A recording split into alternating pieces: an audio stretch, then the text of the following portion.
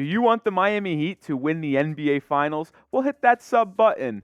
We are live for every game this series, and we will continue to be live this series. And we'll be here for the NBA Draft, NBA Free Agency. We're here all off season long. So if you want the Miami Heat to win the 2023 NBA Finals, make sure you hit that sub button. Now, the Heat did win Game 2 last night, 111-108 on the road, handing the Denver Nuggets their very first loss in the playoffs at home. It's the first time the Miami Heat have beat the Nuggets in Denver since 2016. So maybe history is being made here by your Miami Heat. We'll break down some of the game stats, but first, more Tyler Herro injury news. And this one's coming from my boy, S. Rochester NBA. He is part of 5 Reasons Sports Network, and he tweeted out, "These things are always fluid, but I'm hearing Tyler Herro is not going to play in Game 3, and he's actually far from being ready, contrary to popular belief. It sounds like the Heat will have to stick with the people that have got them here so far." And my thoughts on this situation and this tweet is that even though he does work for 5 Reasons Sports Network, which I think is a very credible Miami, South Florida sports network and sports media outlet, I don't know how true this is. I mean, Woj tweeted that he could be ready by Game 2, and Chris Haynes tweeted that he would be ready by at least Game 3. So when you've got 2 national reporters saying that he'll be back this series, I'm going to tend to lean on their side of things. But hey, I wouldn't rule it out if he has some sources from that in the Miami Heat front office and administration, because he does cover the Heat for a South Florida small market network, so I wouldn't be surprised if he was right on this. Now, Herro would be clutch in this series, so I think the Heat need him, and I want to go more in depth on how he would actually impact this Miami Heat offense, and it starts with him and Bam running the pick and roll. When the Nuggets play drop coverage, which is all they do with Nikola Jokic, because let's be honest here, as good as Jokic is offensively, and I think he's the best offensive player in the association, he is so slow on defense that he cannot keep up with Bam, and he can't hedge these ball screens because the guards will just run around them and then get a wide open jumper. So what they're doing is running drop coverage where Jokic shades, and then it allows the Heat guard and ball handler to drop it off to Bam or just run for a nice little floater. And what does Herro do so well? Hit those floaters, hit those mid-ranges, maybe even take a step back 3 here and then. And I think an underrated part of it as well is the fact that Herro is one of the best lob passers in the NBA, and he can throw it up to Bam, who's, we know, no ceiling athleticism. He could go up and grab it even if the ball's at the top of the backboard. So I think this would be a massive get for the Heat to get Herro back. They would be able to carve up this Nuggets defense with Bam and Herro running the pick and roll, and that just kind of relays the point. I really hope he can return, because if he does, it will provide another scoring punch, someone that can average 20 points a game, as Herro has done basically over the past 2 seasons, and it will allow him to play make for others involved. I don't know how big his role would be, but with Eric Spoelstra would have to put him in the rotations because of how impactful Herro could be. Now I want to ask you this.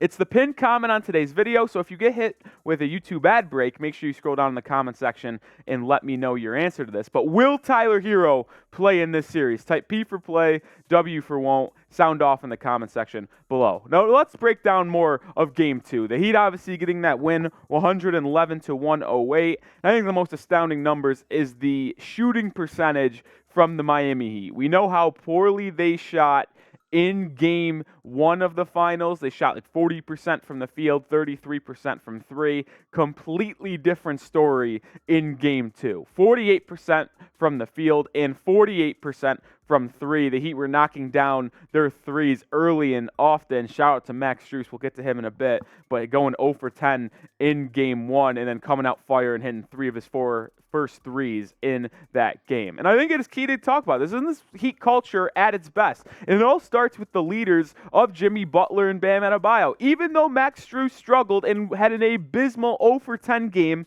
in the first game of this NBA Finals, they instilled the confidence in Strus to have no hesitation. And when your shot is called and when your number is called, be ready to take the shot and make the shot in the biggest moments. And that's what he did. He started out 3 for 4 from the field, and all 14 of his points actually came in that first half. So he didn't really do anything in the second half. But the 3 threes to start the first quarter were allowed the Heat to jump out to that 11-point lead in the opening quarter. They actually ended up blowing that lead and going down 15 in this game at one point. But Max Strus was instrumental in the Heat getting out to a fast start. Now, Jimmy Butler, I didn't think had his A game, and once again, I don't know what the reason for this is, but I feel like Jimmy has really struggled over the past really 2 weeks. Is it his ankle bothering him? Is it something mental? I don't know, but he did have about 6 or 8 clutch points in that fourth quarter to help the Heat take this game home. But Jimmy has not gone full Hemi mode, and it really shows that this Heat offense is relying on Gabe Vincent, who we'll get to, and Duncan Robinson, who I want to go more in depth on. But Jimmy Butler has to be better. This was a fine game. I'd call it a C-plus game for him. But if the Heat want to close this finals out and win the NBA Finals and be 2023 champions, I think for the rest of the series, he's got to go full Milwaukee Bucks mode because the Nuggets are going to make some adjustments and take away some of the Heat role players. But the series is tied 1-1. Shifting back to Miami, Game 3 is on Wednesday. We'll be live, of course, another reason why you should subscribe. But who wins this series? It's anyone's game. Heat have home court advantage. 5-game series the rest of the way out. So who you got? Type H for the Heat, N for the Nuggets. Let me know down in the comment section. And let's talk about Duncan Robinson, who it's honestly just a great story. He had 10 points in that fourth quarter. A personal 8-0 run for the Miami Heat was all because of Duncan Robinson scoring 8 points with an and one layup and 2 3-pointers. He did miss the free throw, but it resulted in his 3-pointer on the very next possession. So I think it worked out. But Duncan Robinson, 5-year, $90 million contract signed a couple years ago, has been in the doghouse, lost all confidence. He really was stinking up the joint on the bench for the Heat with that big contract. The Heat were trying to move him at this deadline. No takers because of how bad he's been with that contract. What he did against the Boston Celtics, multiple fourth quarters where he just took over and went on a little 8-0 spurt by himself to help lead the Heat to some wins. He did it again in Game 2 in the fourth quarter against the Denver Nuggets. It's truly a remarkable story to see Duncan Robinson return to form and play impactful minutes for this Heat team. It's actually really inspirational. Makes me want to go out and play on the hardwood myself. Let's talk about Gabe Vincent, man. And I almost want to do a full video on Vincent alone. This dude is an unrestricted free agent coming up this offseason. I think he might have made himself $30 million extra onto his offseason contract. Like, I wouldn't be surprised if he was going to get paid 3 years for 24 or 26 mil this offseason. It might be 4 for 60 now. Gabe Vincent has made himself a ton of money. 23 points on 8 of 12 shooting, 4 for 6 from 3. He has just been so damn good for this Heat team, and he's really been the best scorer so far in the series. I mean, Bam had 26 in Game 1 and then 21 in Game 2, but Vincent had 19 and 23, and he's shooting above 50% in this series. It's really been incredible. But the Heat's defense is the reason why they won this game. I said this after Game 1 that I was disappointed the Heat didn't win because they held the Nuggets to under 110 points, and I feel like with that high-octane offense, you're going to need to do that consistently, and when you do hold them to 110 points, you need to win that game. They didn't do it in Game 1. They held them to 108 in Game 2, and they won.